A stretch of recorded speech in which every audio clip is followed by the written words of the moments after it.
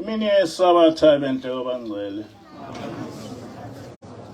Sizovula ngehlabelelo 180 inkosi kusekhama kwebandla.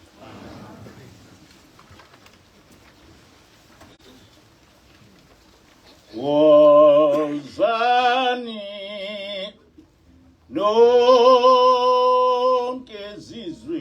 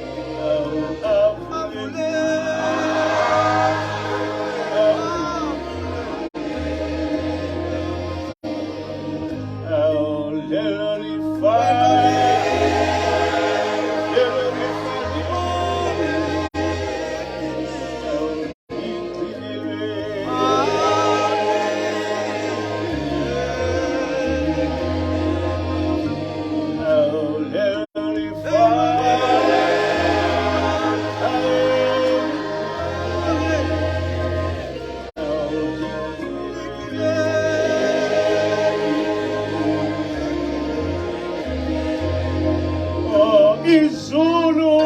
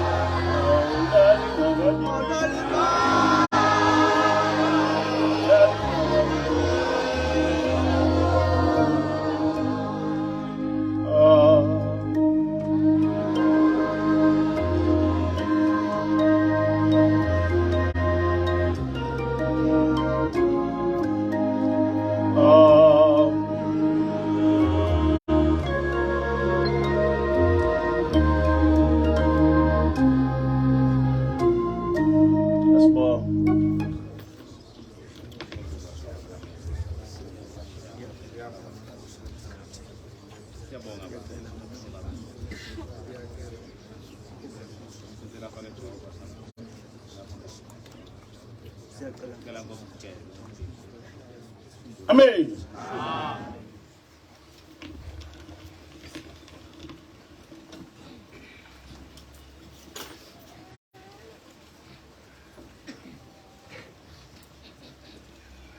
Isihloko salentshumayelo sithi Ujehova uNkulunkulu wethu ufunani kithi. Ujehova uNkulunkulu wethu ufunani kithi. Incwadi kaDeuteronomy 10 verse 12 to 13. Manje ke Israel, uJehova uNkulunkulu wakho ufunani kuwe ngaphandle kokuba umesabe, uhambe ngezindlela zakhe zonke, umthande, umkhonze uJehova uNkulunkulu wakho ngayo yonke inhliziyo yakho nangawo wonke umphefumulo wakho. Ugcine imiyalo yakhe nezimiso zakhe engakuyala ngakho ngalolu suku kuba kube kuhle kuwe. Amen. Abantu abaningi uma bebuka leli bandla baya becabanga ukuthi libandla nje elifana namanye amabandla abantu abamnyama, kanti akunjalo. Leli libandla likaMezwezu nomhlaba. Noma yini ente enzeka kuleli bandla, akujabula ubaba ilanga nobaba mkhulu kuphela, kodwa kujabulana abaprofeti bakwa-Israyeli, oMose, o-Isaya, oYeshua, njalo njalo. Lokho hayi ukuthi siyakholwa, kodwa siyakwazi. Noma ubani ongaseqonde injula yokuba khona kwaleli bandla angaqonda ukuthi leli libandla lasezulwini. Kwamina nomkhokheli okuthiwa siyalihola, kodwa kuseqinisweni kwathiwa sihole into esingayazi. Noma ngokuhlubuka nokusetshenziswa nguSathane siyayisizwa abantu besithuka besho lokhu nalokhu ngokuganana kwethu, kodwa kuseqinisweni ukuthi kwalokho kuganana kwethu asikwazi ukuthi kuqalaphi kugcinephi, ngoba kuphethwe ezulwini. Mina umkhokheli ngangamazi ngaphandle kokuthi cishe ngo-1994 ngatshengiswa umkhokheli owayemncane kunabo bonke abakhokheli, kuthiwa ngumkhokheli waseVenda. Ulwazi lwami ngaye lwaligcina lapho. Mhlawumbe yena wayengazi ngoba ngangimvangeli, kodwa angazi kahle. Mina umuntu owangihlanganisa nomkhokheli ingilosi. Ngaleso sikhathi engangiyazi ngokuthi uNobesuthu. Futhi ngazi ukuthi udadewabo kaMkhokheli.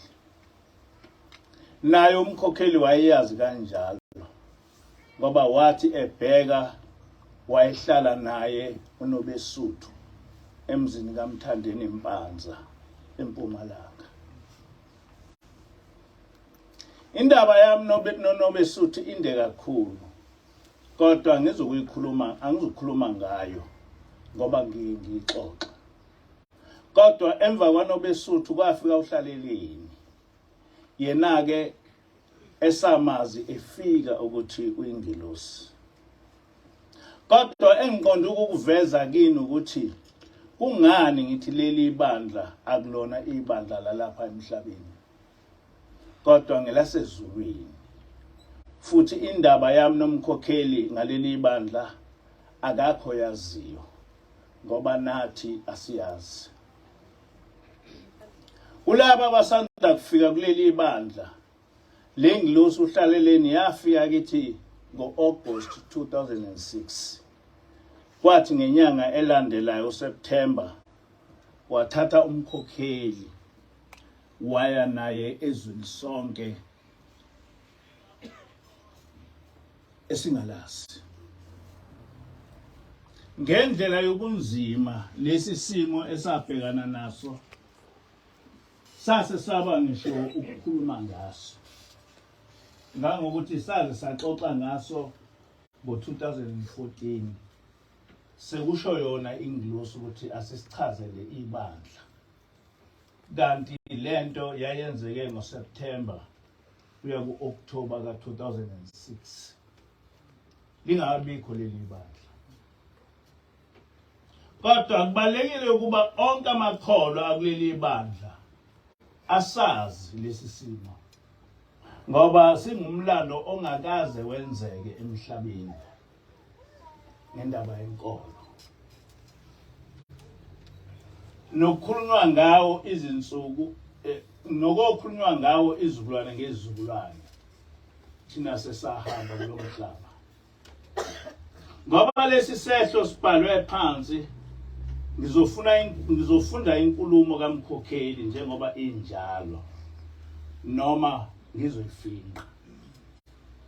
NgoSeptember 2006 umkhokheli wathathwa unkosazana uHlaleleni izinsuku ezisikhombisa. Waya naye ezweni sonke esingalazi.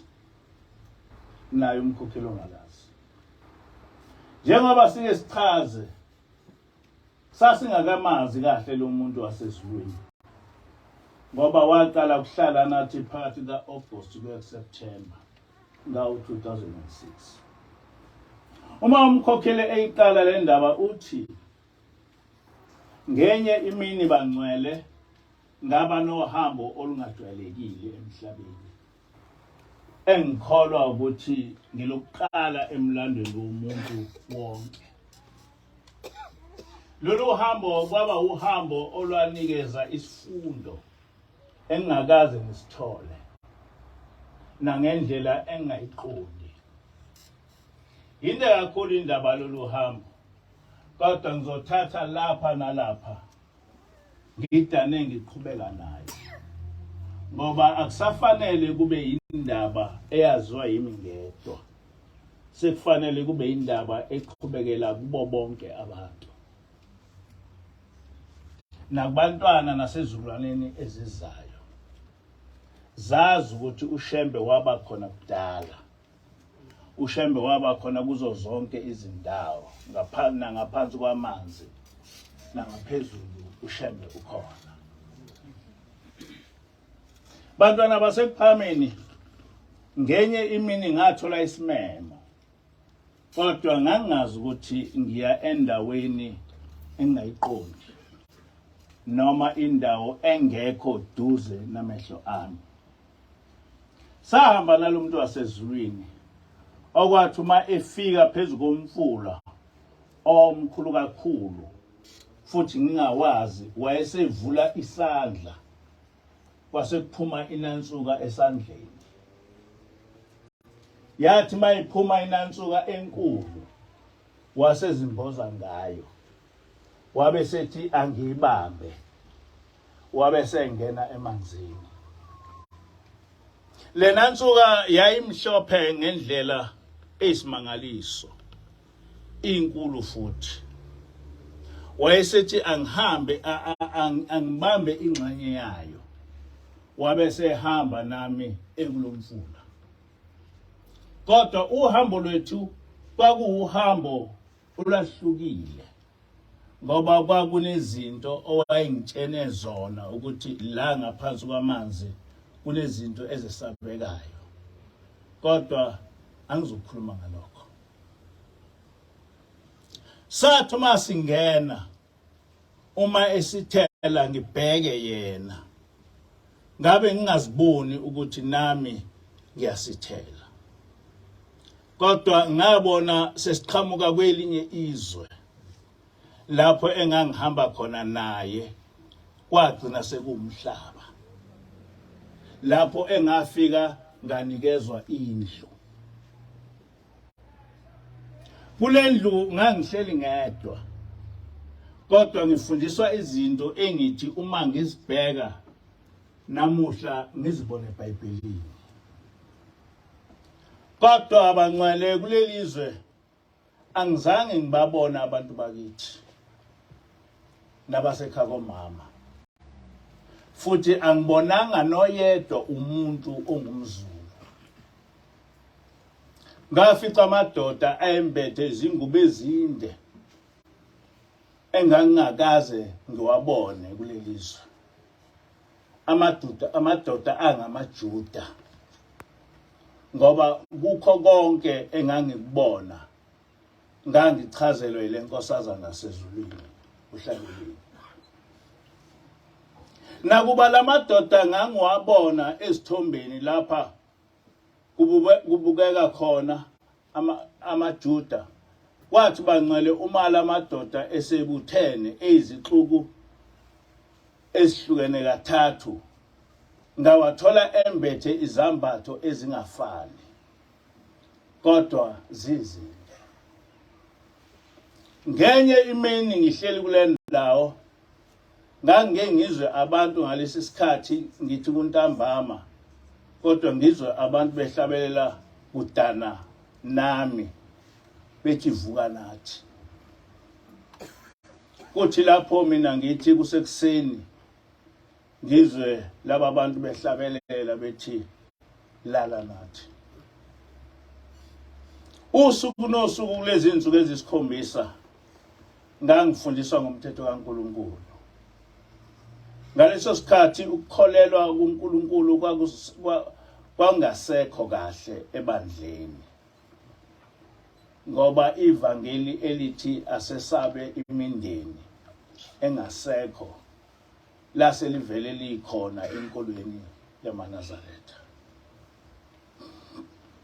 Kodwa ngafika ngathola ubuNazaretha okuphelele. Ngafika ngathola ukukholwa engakufundiswa engangikufundiswa usuku nosuku. Ngifundiswa ukuthi ubuNazaretha buyini. Ilapho engazi khona ushembe. Kulapho engazi khona ukuthi kanti lokho esikufundiswayo akuyikho ubuNazaretha. Laba bantu babekhuluma olunye ulimi. Lolu limi olwalukhulunywa lapha kwakuyilo lolu limi engakhula ngilwazi futhi ngilikhuluma. Umkhokheli wakhula engenye inhlobo yomuntu ekwazi ukukhuluma ulimi olungaziwa umuntu owagcina eseluthola lapho emanzini owayekhona. Bantwana basekuphameni kulapho kwaqalwa khona ukufundiswa ngokukhonza uNkulunkulu oyedwa. Kukhulunywa ngobuNazaretha. Uchazwa ngoshembe ukuthi ushembe wayekade eze kulelizwe ezofundisa umthetho kaNkulunkulu. Ngelinye ilanga kwavulwa incwadi. Le ncwadi yayibhalwe ngolimi engingalwazi. Kodwa lo muntu wasezulwini wayesondela kimi engitshele uma sengididekile. Okunye ngafundiswa ngomonakalo owenziwe izangoma. Njengoba abangcwele bazi ukuthi ngake ngakhuluma ngabantu abatholakala bephila kahle, babe nezitolo nezimoto, kodwa futhi izinto zijike bebonakale bengasenazo lezi zinto, kodwa sebehlupheka. Ngakhonjiswa izimoto ezase zizigoqoqoqwana nezitolo esazi sesidilikile.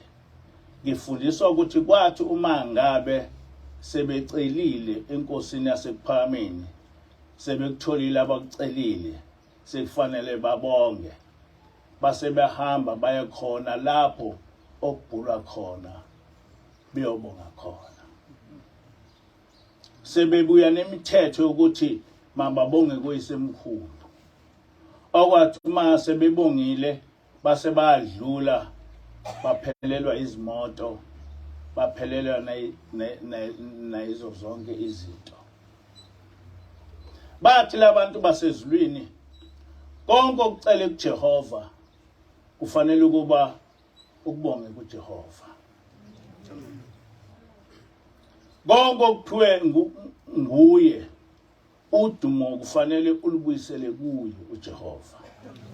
Uze ungalithathi udumo lukaJehova uludinxabeze umndeni wakini ongasekho. Uze ungahlabi izinkabi nezimvu. Uze ungafuni ukwenza amadili wenze labantu bakini owahlupheka phambi kwabo waze waguqa wacela uJehova wayese uyakupha. Uthi-ke lo muntu owayengifundisa, njengoba ubona kuphela konke uJehova akuphe khona, uma ungasayibongi into uJehova akuphe yona kodwa usuyoyibonga kwenye indawo, uyakwephuca yona. Ngithi-ke bantwana basekuphakameni, lolu hambo lwasemanzini lwaba izigaba eziningi ezingabaleki. Ngangifundiswa ngisho ngawo umthandazo wokuvuka, ngifundiswa ngomthandazo wokulala, ngifundiswa indlela yokucela, indlela yokuthola into nokuthi uyinesa kanjani ukuthi ungephucwa yona. Ngangifundiswa nokuthi umuntu unikezwa ingilosi. Le ngilosi ayinikezwayo kufanele ukuthi ayondle ngaso sonke isikhathi, ancenge anikele. Ancenge ukuthi le ngilosi ingamshiyi, lena okuyiyona esukuma masinyane uma esexakekile. Othi uma ukhala, ukukhala kwakho kuthathwe yiyo, igijime iye kuNkulunkulu, ikubuyele nempumelelo ekunikezile. Ngafundiswa ukuthi le ngilosi iyondliwa. Ngaso sonke isikhathi kuyafuneka ukuthi uhlale uzincengela kuNkulunkulu ukuthi angabephuci yona, ngoba yona iseduze kwakho, ekukhaleni kwakho nasekujabuleni kwakho. Iyohlala njalo ikubongela kuJehova, ikukhalela ngesikhathi zokuhlupheka.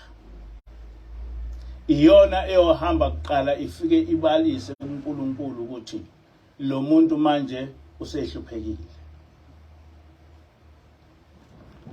Ngangifundiswa ukuthi le ngilosi osuke uyinikezwe uNkulunkulu uyiphatha kanjani ukuze ikwazi ukuma eduze kwakho ngesikhathi zonke, ikwazi ukukumela wedlule nalapho ongedluli khona muntu. Ngolunye usuku kwaba nosuku olunzima ezifundweni engangifundiswa zona. Lo muntu wasezulwini wangitshela wathi namuhla kuzokwenziwa umfanekiso, kodwa futhi akusiwona umfanekiso. kuzoba nomgcaco. Kulo mgcaco uzoba khona kuzocaca wena nalensizwa owacaca nayo. Ngamangala ukuthi ngizocaca nayo kuphi kanjani. Wabe sengembesa engihlobisa. Wangembesa izingubo engakaze ngizembathe. Wangihlobisa. Kodwa okwaba usizi kunakho konke wahamba nami.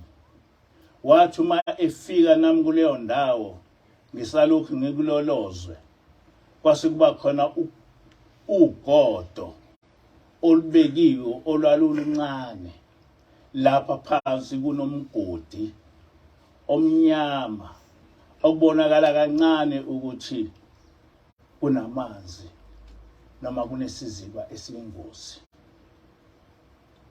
Lapha phambili kufike kube khona izindlela ezimbili. Uma usiyowela nakhona uhamba phezulu kwalolu godo. Bantwana basekuphakameni kwakunabantu ababili. Omunye wayehlobile emuhle ngendlela eyisimangaliso. Ehlobena ngegolide. Emuhle ngendlela ongakaze uyibone. Kodwa omunye kwakuumuntu owayehluphekile. Embethe izinto ezidabukile. Embethe amabhuluke adabukile emubi. Nezinwele zakhe zingakanyiwe. Embozwe ngendwangu engeyinhle noma ingangcolile. Kodwa kuyikhona ukuthi indwangu esibhukile.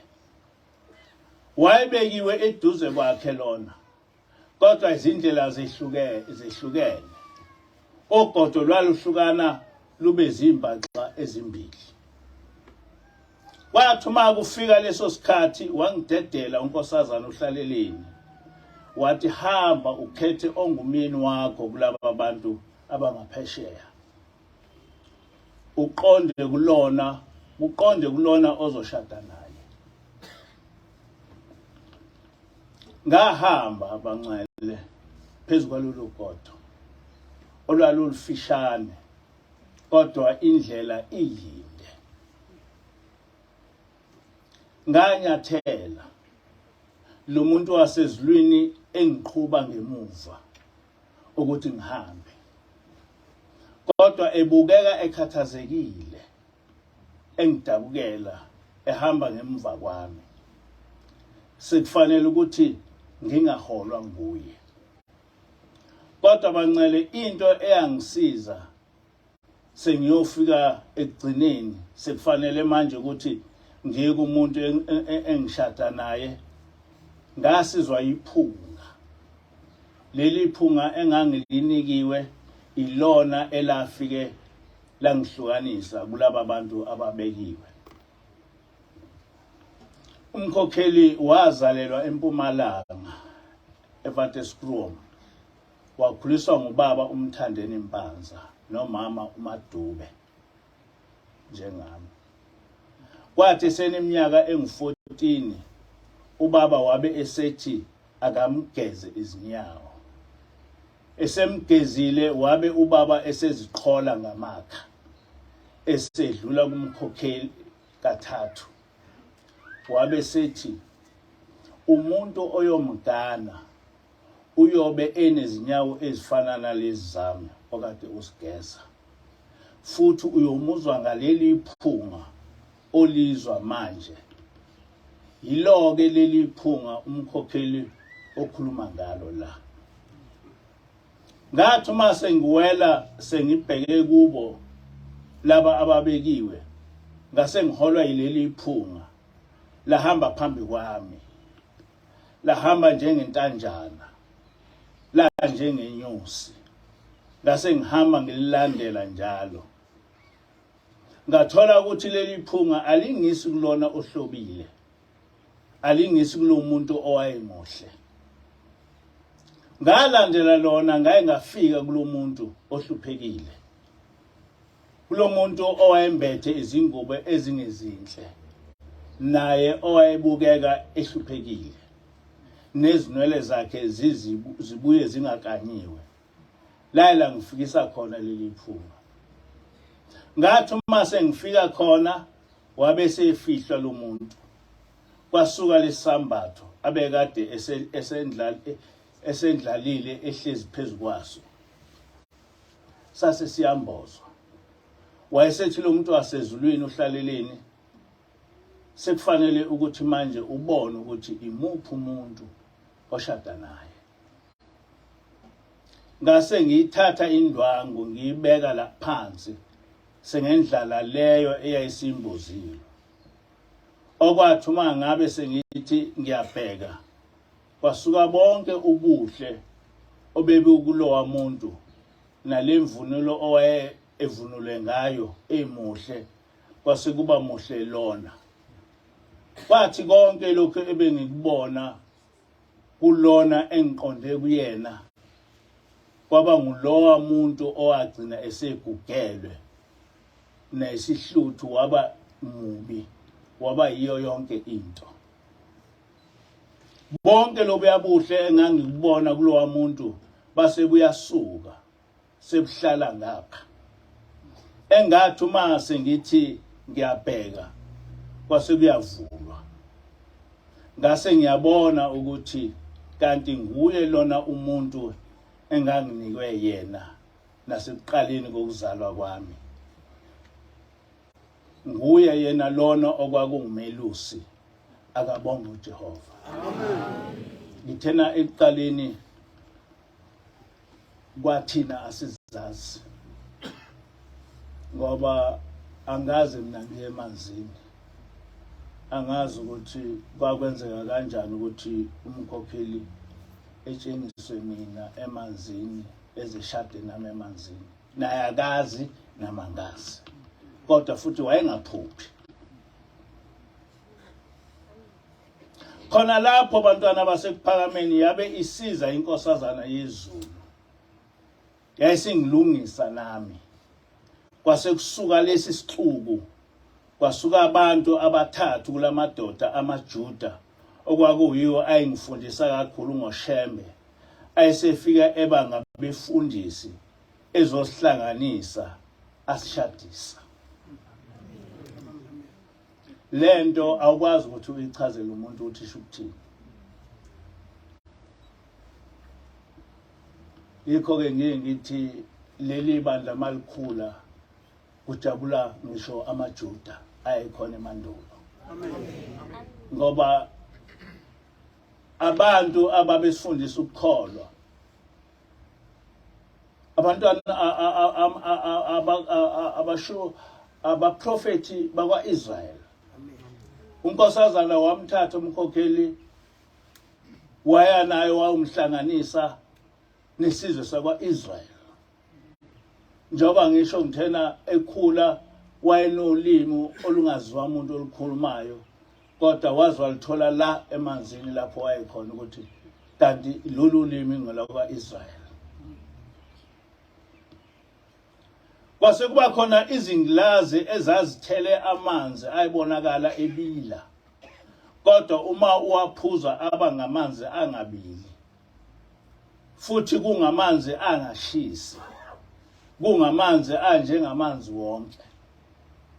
Wabe sewathela njengoba kuthelwa uma ngabe kuzodliwa isidlo. Sase siyawaphuza, sase siyabusiswa. Sase sihamba ngenqola uhalaliswa. Sekuhalalisa abantu abaningi. Kodwa engingabazanga ukuthi babe ngobani bevelaphi. Bantwana basekuphakameni. Lolu hambo aligcinanga lapho. Kodwa kwathi uma ngisahleli kwase kuba khona olunye usuku ngangihamba naye umuntu wasezulwini uhlaleleni njengoba wayengasuki eduze kwami.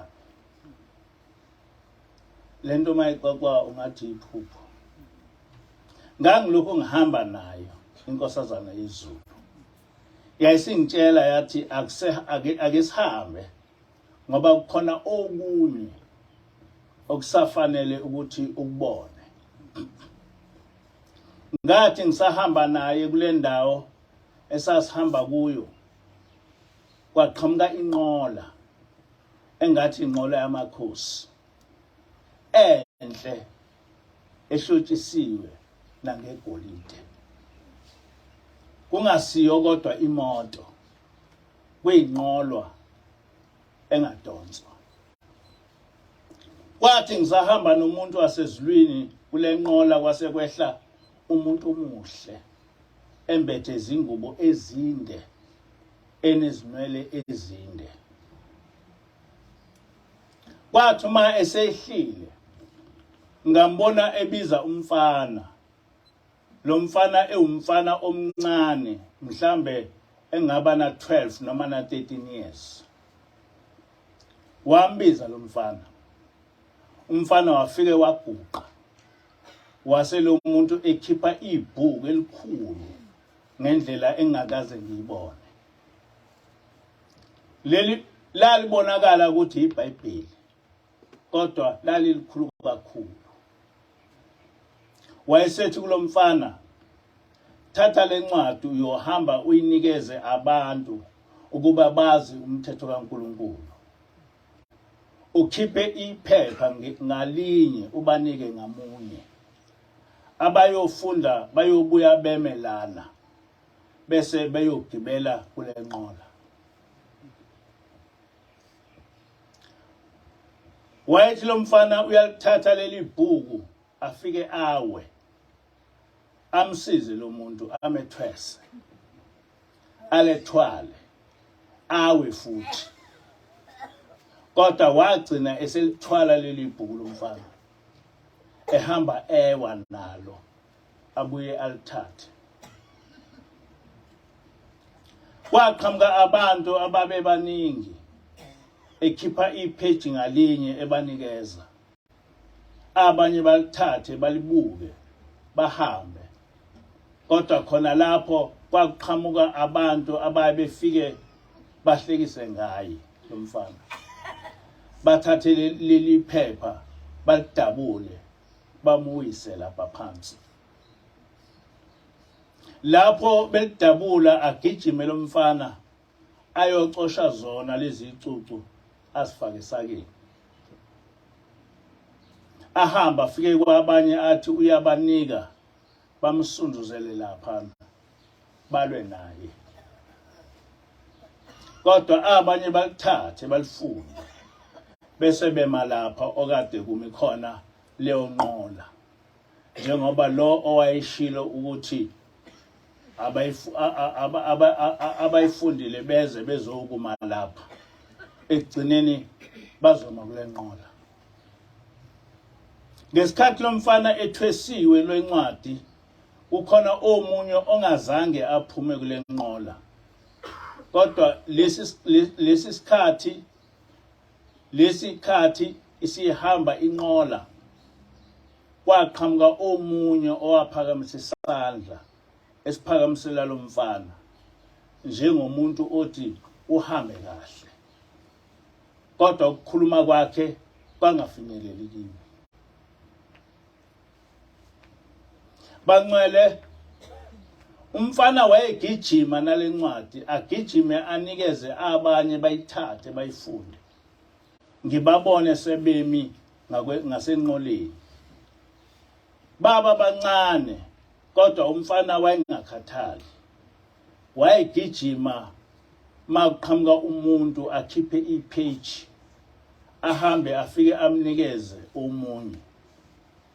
Abanye bemhlukumeza, abanye bewathatha lamapheji. Le ndaba angizange ngiyinake ngesikhathi kodwa lo muntu wasezulwini ufikile kuzo lezi insuku. Uhlaleni wafika wakhuluma nomkhokheli ngo-2014. Kanti umkhokheli wayesemanzini ngo-2006. Wayesethi sesifikile isikhathi sokuthi ngikuchazele ngakho konke owakubona. ukuthi uzazi lezinto sekufanele ukuthi wazi manje. Uyangikhumbuza ke uthi usakhumbula yini inqola ekwehla kuyo umuntu ephethe incwadi. Uma ngivuma wayebesethi uyamkhumbula yini umfana owayethweswa lencwadi. Ngiyavuma. Uma sekufanele ukuthi uwazi uthi ke sekufanele ukuthi wazi ukuthi uNkulunkulu wayiqondeni futhi wayikhuluma ngani. Uma ngilalele abese eyangitshela uhlaleleni ethi uyafuna ukwazi ukuthi ubani lona owayinikeza umfana leli bhuku.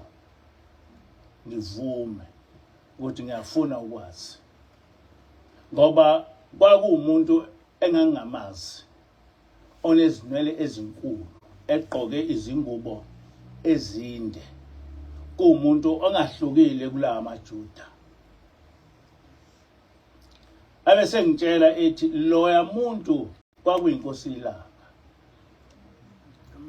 Ngishawa uvalo bangcwele ngoba ngambona loya muntu kodwa akabanga yiyo inkosi ilanga. Abese ethi uyathanda yini ukwazi ukuthi ubani lona ongihlanga enqoleni.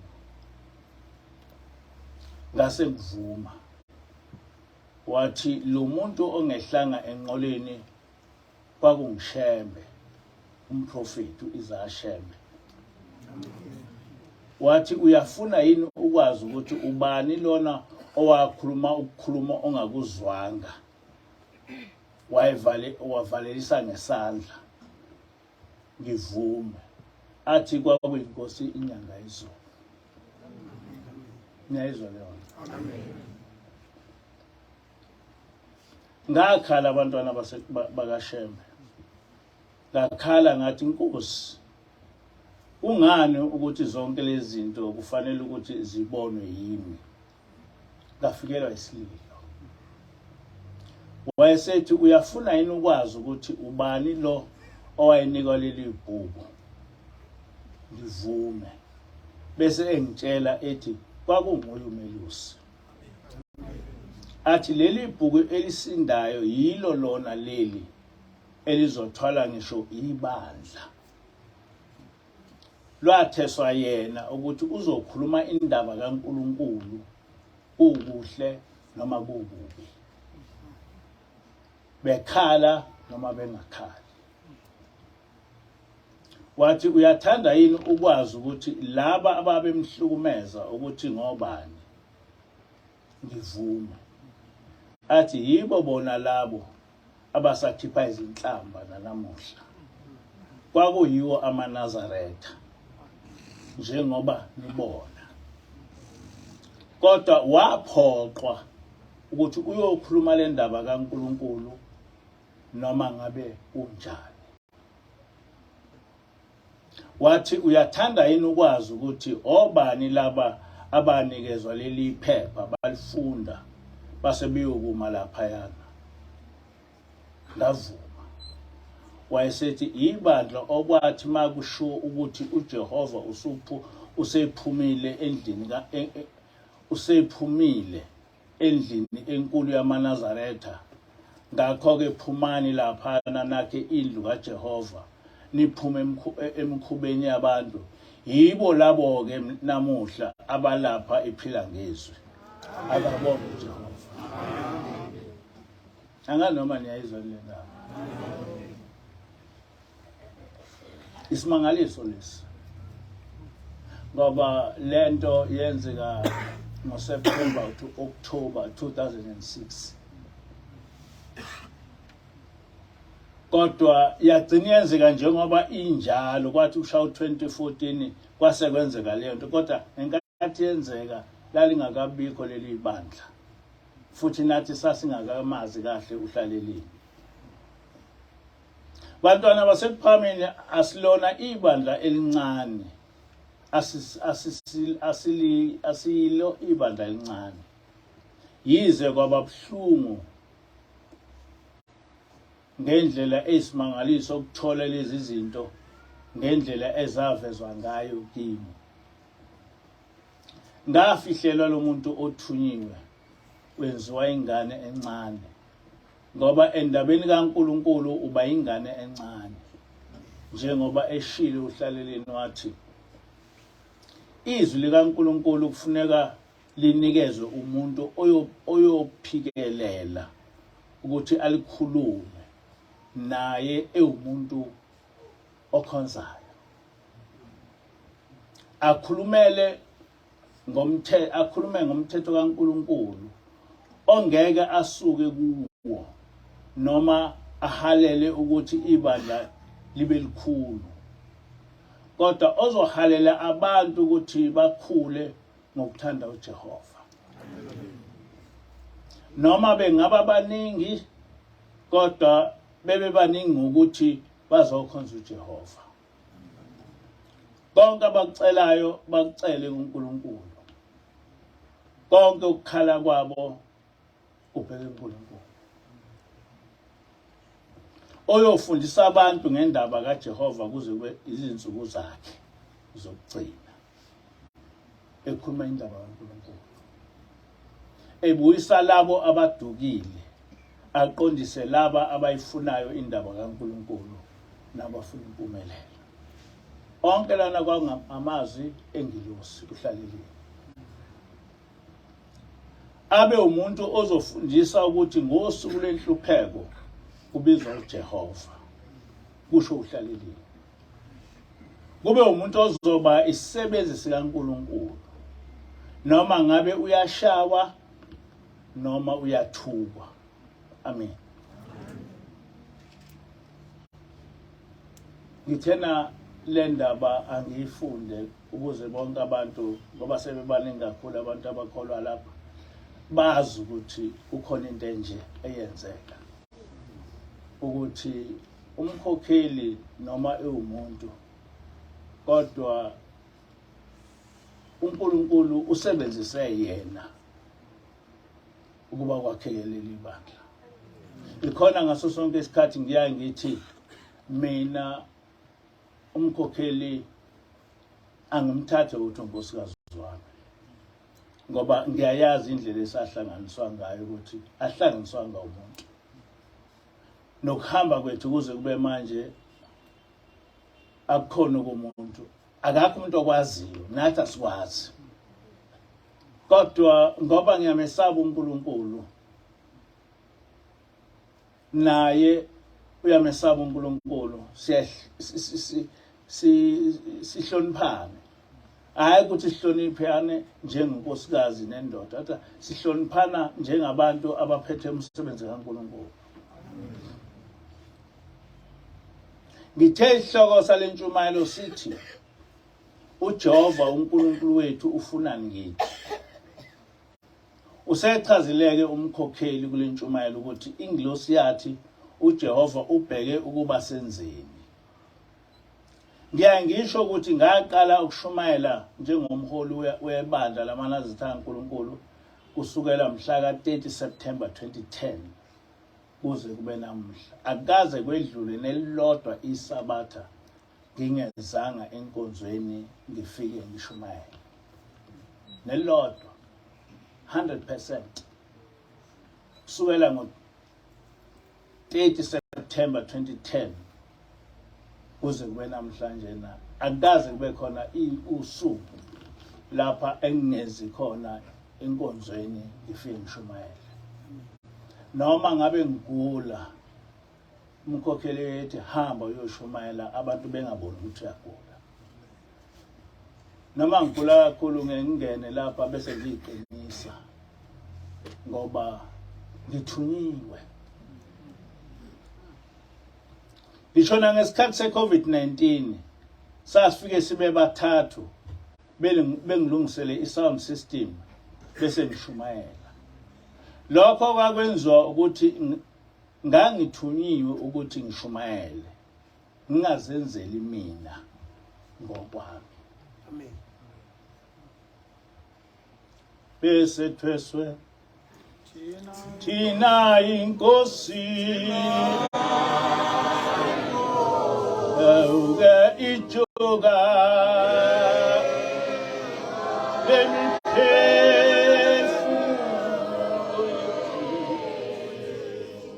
Savuma Tina Sale Twala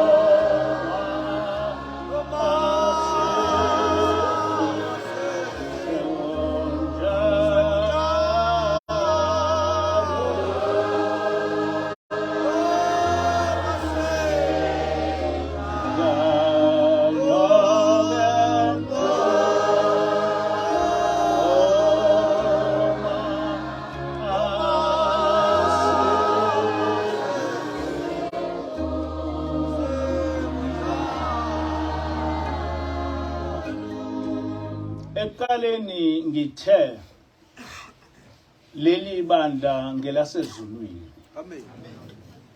Ngathi akakho umuntu walapha emhlabeni ongalichaza leli bandla noma abantu babecabanga ukuthi siyibandla nje elifana nawo wonke amabandla, kodwa akunjalo, ibandla lasezulwini. Amen. Okwesibili, leli bandla lavuswa ngabaprofeti bakwa-Israyeli physically. Hayi ukuthi siyakholelwa lokho. Lavuswa ngabaprofeti bakwa-Israyeli. Njengoba ngisho ngithi unkosazana wafika kithi ngo-August, sihlanganise ngoJuly. Wafika ngo-August. Kwathi ngoSeptember noma esipheleleni inyanga wayesethatha umkhokheli naye ehamba naye eya kulelizwe ngoba ngelinye ilanga ingilosi ithi ngiyangizwe ukuthi uthi ngangena nawe emfuleni ungawukhomba lo mfula ukuthi ukuphi wathi umkhokheli angeke ngikwazi ukukhomba wayesethi unkosazana uma ngabe utshengiswa izinto zasezulwini usemhlabeni ziqhamuke ziwumfanekiso okusemhlabeni kodwa ukuseqinisweni umkhokheli wayesezulwini wahlangana nalabo abaprofeti bakwa-Israyeli ezulwini namanje laba abaprofeti bakwa-Israyeli basawusebenza lo msebenzi kodwa okuningi asikwazi ukuthi sikwedlulisekile ngoba nalokhu esikhuluma ngakho akakho umuntu ongathi uyaqonda ukuthi umi kanjani ngoba akakho umuntu ongasho ukuthi ngenzeka kanjani ukuthi ufike ungena emfuleni bese uqhamuka endaweni uqhamuke kwelinye izwe kwenzeka kanjani ukuthi umkhokheli ethi mayingena noma efika kuleyo ndawo ebese efundiswa ubuNazaretha ebufundiswe ngamaJuda kwakwenzeka kanjani lokho kodwa futhi lamaJuda emfundiswe ngoShembe yayenzeka kanjani leyo nto ngoba lamaJuda emfundisa ngoShembe emfundiswe ngobuNazaretha lokho kuchaza ukuthi kwawona amaNazaretha akazi lutho ngendaba yalento abathi bayayilandela yiko bechamuka sebethi njena into yakwethu uma ugqoke ingubo imijiva uyifanisa noShembe ngoba abazi lutho ngalento njoba kade ebuza umkhokheli ukuthi ngisho ngabuza abaholi babo ukuthi ngenkathi kuthiwa holani laba abantu kwafika bani kini wafika wantshela ukuthini ngoba mina kwafika ingilosi yangifundela incwadi yangitshela izinto okufanele ngingazenzi nezinto okufanele ngizenze akakho umuntu wasemhlabeni owakwabeka isandla la ekhanda lami kodwa ngasibekwa ingilosi hayi ngilele yafika la ekhaya ingilosi eyalungisa umshado wami nomkhokheli uNobesuthu wasuka yena physically waya ebuhleni wafika waqoqa abafundisi waqoqa abantu bakwaNxumalo wabaconvince ukuthi kufanele ukuthi sishade wafika ebuhleni physically and they never knew ukuthi lo muntu lona kanti akusiyena umuntu umkhokheli wathi wabheka ehlala kwaMpanza ehlala kubaba uMthandeni unina kuMadube yenze kanjani leyo nto can you explain it ubaba uMthandeni umkhokheli esena 14 years wayesethi akamgeza inyawo wamgeza inyawo wayesethatha ubaba umthandeni eyiqhola. Uthena uma eyiqhola wayesethi ke umuntu oyomgana inyawo zakhe ziyofana nalezi zami. Uyomuzwa ngephunga noma phi lapho okhona uyozwa leli phunga. Can you understand that? And umkhokheli wayengiza ngephunga. Leli phunga lanqamuka ngoba sesiganene. Noma phi lapho engikhona engizwa ngaleli iphunga walinikezwa ubaba umthandeni.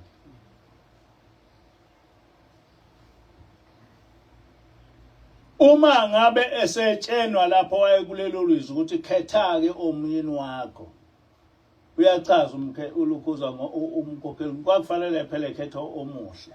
Kodwa walandela leli iphunga walinikezwa ubaba umthandeni.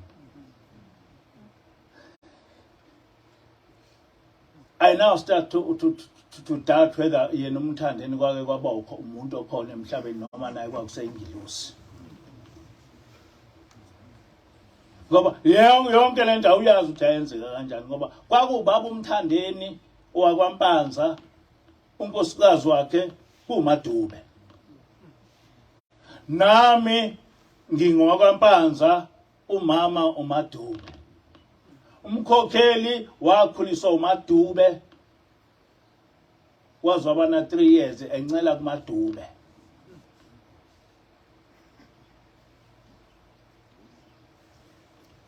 Kodwa into etshengisa i-complications eyisimangaliso ngendaba kaNkulunkulu ukuba khona kwalokhu kaNobesuthu. Kuyezwakala okahlaleni ngoba siyazi ukuthi uyingilosi. Kodwa umkhokheli wayehlala noBesuthu wathi evela wayehamba naloBesuthu noma kuphi kube uNobesuthu oseduze kwakhe. Ezinye izinto uNobesuthu wayengitshela zona ngaze ngitshele ngisho umkhokheli futhi ngenze ngomtshela. Kodwa nami ngangazi ukuthi ngikhuluma nengilosi. Ngangazi ukuthi ngikhuluma nengilosi.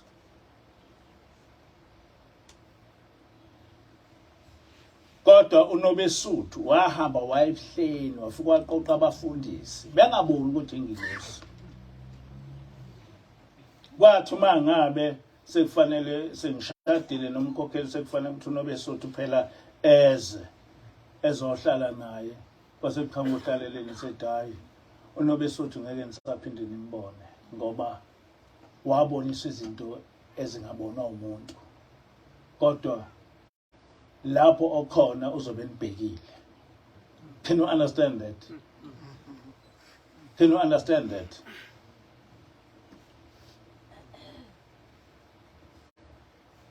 Umuntu ungafika kuthiwa umuntu kodwa ngeke sabakhona niphinde nimbone.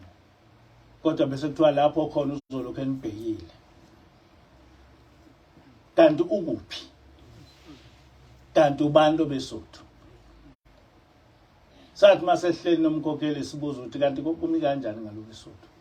Wathi umkhokheli nami bengaboni ukuthi akuyini umuntu. Kodwa ngelinye ilanga safika ngaze komunye umuzi basenzela itiye balithi inkomisho eyodwa. Ngathi mangithi mina bayiletha kanjani inkomisho eyodwa sibabili. Wathi hayi kulungile vele angilidingi itiye. Kwase kuyachaza ukuthi lo muntu ohamba naye abantu abanye abamboni. Ngisho unina kaMkhokheli ngathi mase ngithi ngiyabuza kubeSuthu wathi angimazi noBesuthu kodwa ngiyama uSifapi uhlala ekhuluma ngaye. Wathi angimazi kodwa ngiyalazi igama ngoba umntana amhlala ekhuluma ngaye. So that's why ngithi lento ijule kakhulu ningayithathi kalula. Lokhu kuba sihlale nengilosi akusiyona into encane. Ijule kakhulu. Ngoba thina sihlala nengilosi njengomuntu njengoba umkhokheli uhlala nonkosazana njengoba wayehlala noNobesuthu. Kodwa into enjalo kulesi sikhathi samanje ayaziwa. kodwa yenzeka kuleli bandla kuphela.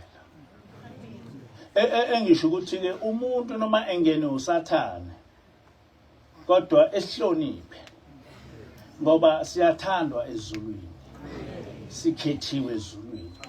Uma kukhona lapha esona khona siyojeziswa uNkulunkulu, njengoba ade ekhuluma lokhu umkhokheli ethi uhlaleleni wathi uNkulunkulu ngisho ngabe beninezono kodwa ekhumbule umsebenzi eniwenzile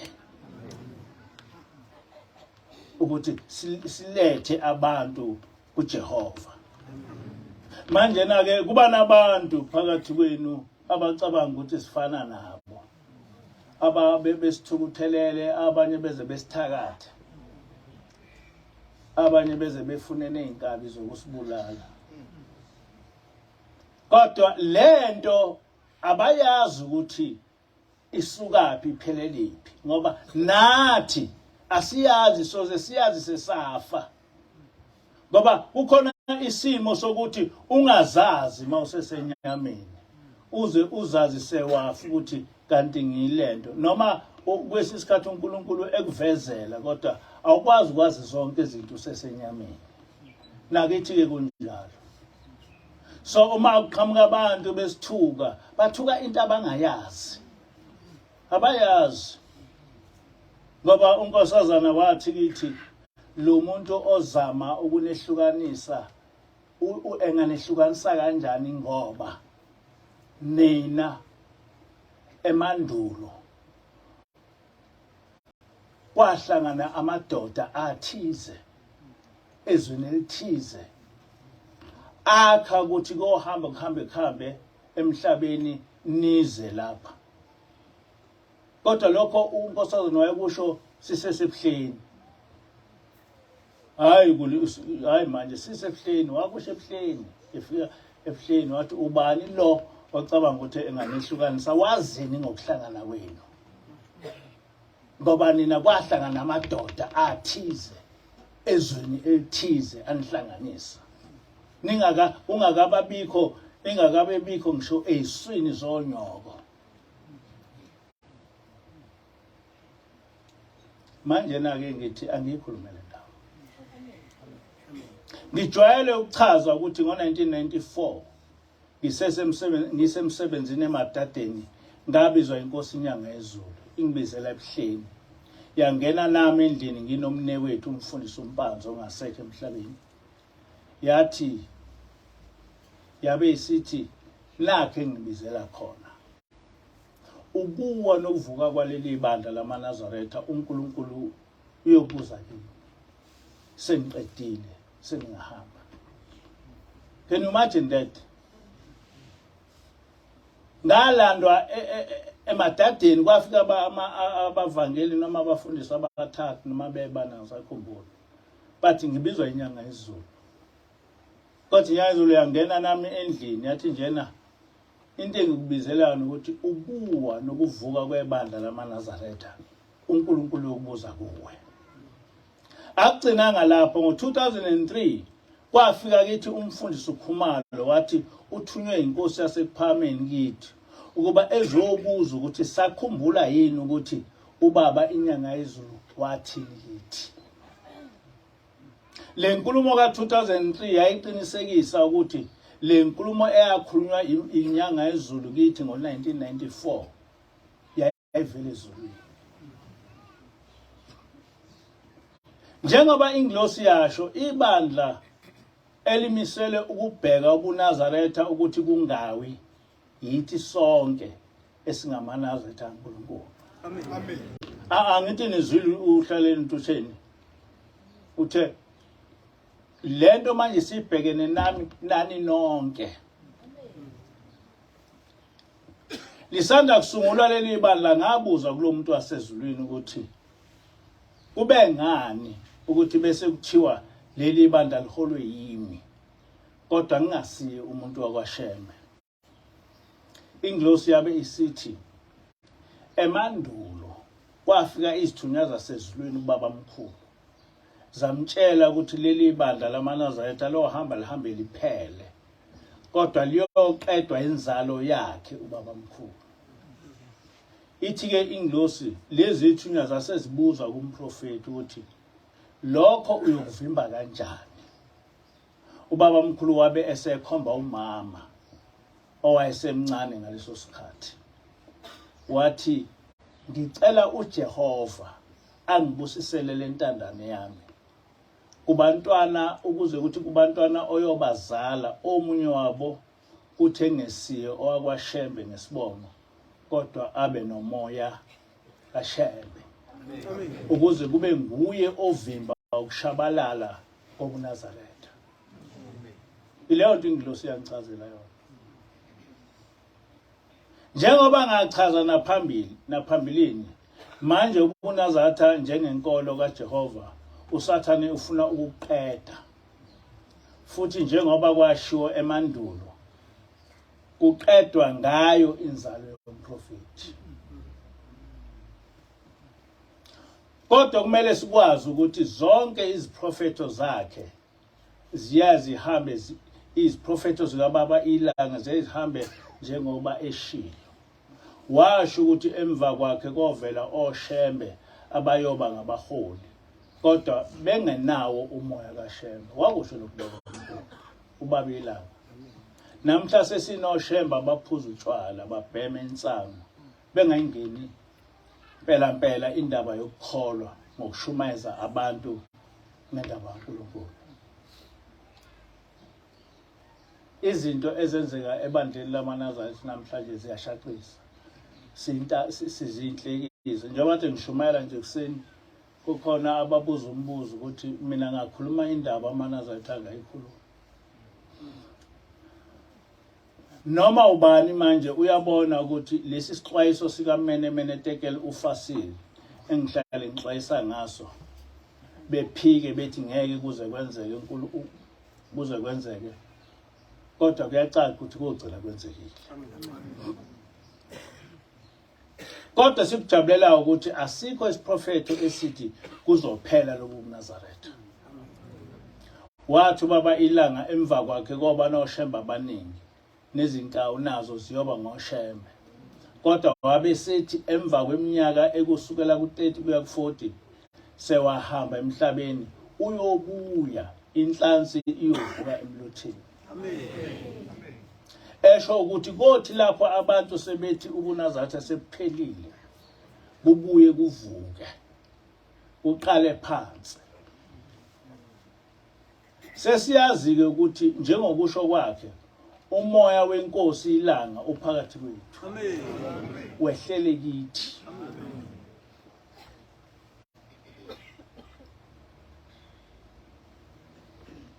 Sibona nangale ngilosi ephakathi kwethu ukuthi leli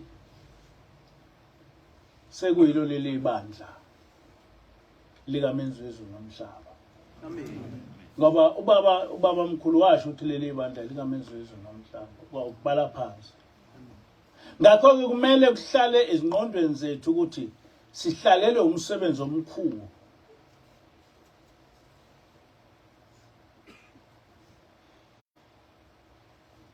Ukuthi lobu buNazaretha sibusimamise. Kosi